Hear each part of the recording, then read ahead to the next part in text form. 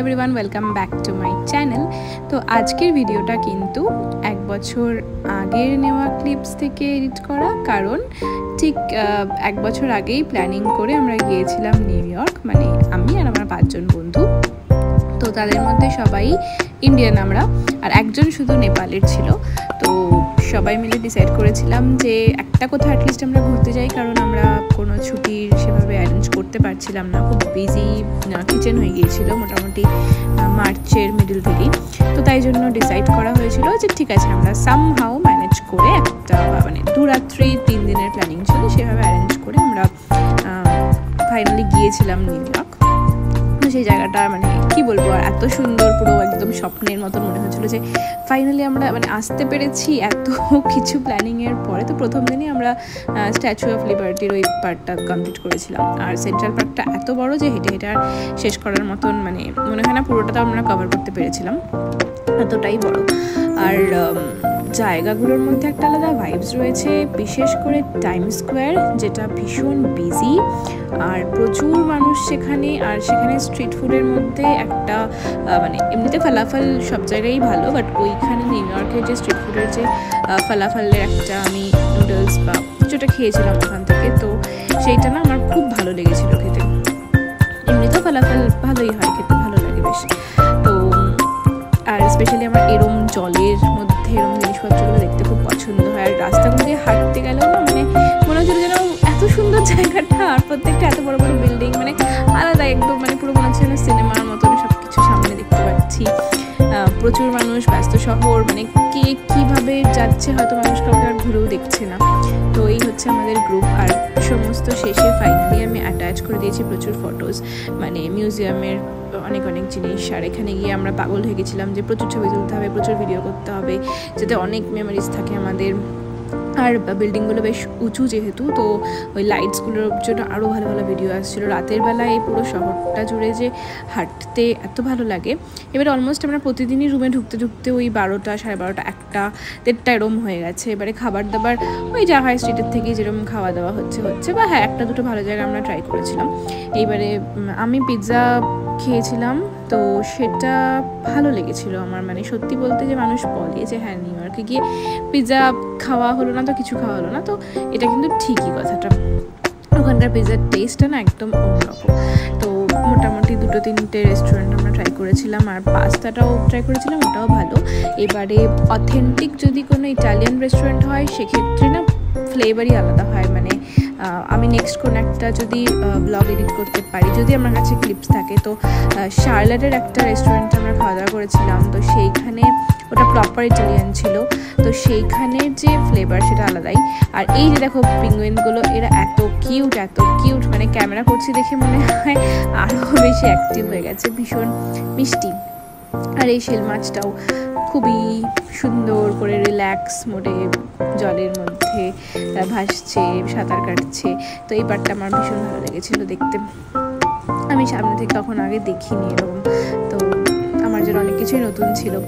এইবারে ভীষণ গরম লাগছিল, মানে মে এন্ডে গিয়েছি ঠিকই, কিন্তু টেম্পারেচার যেরকম দেখে গিয়েছিলাম তো সেরকম মানে এক্সপেকটেশনসে একটু বেশিই গরম ছিল এখানটায়। এবারে গরমের জন্য কি হয়েছে, ঘুরতে গেছি ঠিকই, এবারে দেখো মানে বন্ধুদের সাথে গিয়েছি, তো আমি তো বাহানা করে বসে থাকতে পারি না করে, কারণ আমাকেও তো ঘুরতে হবে। এবারে না গেলে তো কিছুই আমি দেখতে পারবো না, আমার শরীরও খারাপ করছিল, সারাদিন সেভাবে জল খাওয়া হচ্ছে না, রাত্রে ঘুম লেটে হচ্ছে, যা হয় সবার মধ্যে আড্ডা, গল্প, মজা, হাসি, এইসব করতে গিয়ে ঘুমও দেরি হচ্ছে। সকালবেলা আবার উঠতেও হচ্ছে, রেডি হতে হচ্ছে, কারণ বেশ দূরে দূরে জায়গাগুলো আমরা যেখানে স্টে করেছিলাম, তো সেইখানটা থেকে যাওয়া আসা সমস্ত কিছু কমপ্লিট করা। তারপরে অনেকটা রাস্তা আমরা কিন্তু বাই ওয়াক আর কি কভার করেছি। তো লাস্ট দিন আমাদের প্ল্যানিং ছিল ব্রুকলিনে, তো দেন আমাদের ছিল হচ্ছে ফ্লাইট আবার রিটার্ন করা নর্থ ক্যারোলাইনাতে। তো ব্রুকলিনের জায়গাটাতে আলাদাই একটা মানে আমার পুরো কালহনাহ ফিল হচ্ছিলো এখানে। আমি ভেবেছিলাম এখানে গানটা অ্যাড করব, কিন্তু ওই কপিরাইটের জন্য আমি আর অ্যাড করলাম না। তারপরে কপিরাইট খেয়ে গেলে আবার পুরো ভিডিওটা আমার বেকার হয়ে যাবে, তো ওই জন্য ভাবলাম যে থাক আমি ফিল করে নিই কালহনাহ। সত্যি খুব সুন্দর লাগছিল, পুরো একদম ওরমই মনে হচ্ছিল। আর শহরটা ব্যস্ত ঠিকই, কিন্তু কি বলবো, মানে মেমোরি, ভালো ভালো মেমোরিজ হয়েছে। আর প্রচুর রকমের মানুষ দেখা যায়, প্রচুর প্রান্তের মানুষ দেখা যায়, বিভিন্ন দেশের মানুষ দেখা যায়। এরকম নয় যে ইন্ডিয়ান আমি দেখিনি, প্রচুর ইন্ডিয়ান দেখেছি সেখানটাতে।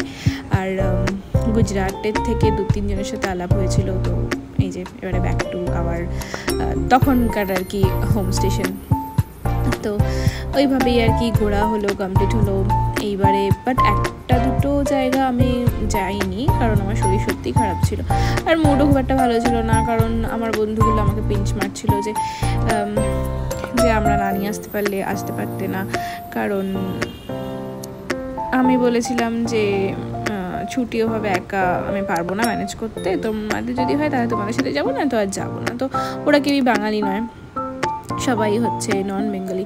তো ওই যা আর কি হয়, আমি একাই বাঙালি মেয়ে। তো এরপরে দেখো কিছু ভিডিওস আমি অ্যাড করে, কিছু ফটোস আমি অ্যাড করেছি। তো এই হচ্ছে আমাদের গ্রুপ। তো তাও হ্যাঁ মানে সবাই নেই গ্রুপের মধ্যে, এখানে এইটাতে সবাই আছে। তো শেকটা ভালো ছিল খেতে, মানে খাবার যেগুলো ট্রাই করেছি প্রত্যেকটা ভালো। আর এই আইসক্রিমটা ভীষণ ভালো ছিল। ওয়ার্ল্ড ট্রেড সেন্টারে ওখানে একটা খাবার ট্রাই করেছিলাম স্ট্রিটের, তো সেটাও খুব ভালো ছিল। আর প্রচুর মিউজিয়ামের মধ্যে প্রচুর জিনিসপত্র ছিল, যেগুলো কিন্তু মানে খুব সুন্দর, মানে ইন্ডিয়ান কালচারের প্রচুর জিনিস ছিল, মোঘলের ছিল, অনেক জায়গার অনেক কিছু ওরা বেশ ভালো করে যত্ন করে রেখেছে সেখানে, একদম সুন্দর করে দেখার মতন। আর নেক্সট একটা জিনিস দেখো, এই জিনিসটা যেটা ভীষণ মানে কিউট সুন্দর, আমার প্রথম দেখা জিনিস। তো এই হচ্ছে পুরো ট্রিপের একটা ভিডিও। তো আমি চাইলে আগে এডিট করতে পারতাম, জানি না কেন আমি 1 বছর পরে করছি। আমি অ্যাক্টিভই ছিলাম না ইউটিউবে, মানে আমি ভুলেই গিয়েছিলাম যে আমার একটা চ্যানেল আছে। আমি চাইলে কিন্তু সুন্দর প্রতিদিন ভিডিও এডিট করে আমি দিতে পারতাম, মিনি ব্লগ, ডেলি ব্লগ, তো হয়নি। আমি জানি না কেন আমি কী করতাম, প্রচুর সময় থাকতাম আমার ডিউটি আওয়ার্সের পরে, কী যে করতাম গড নোস। যাই হোক, থ্যাঙ্কস ফর ওয়াচিং, বাই।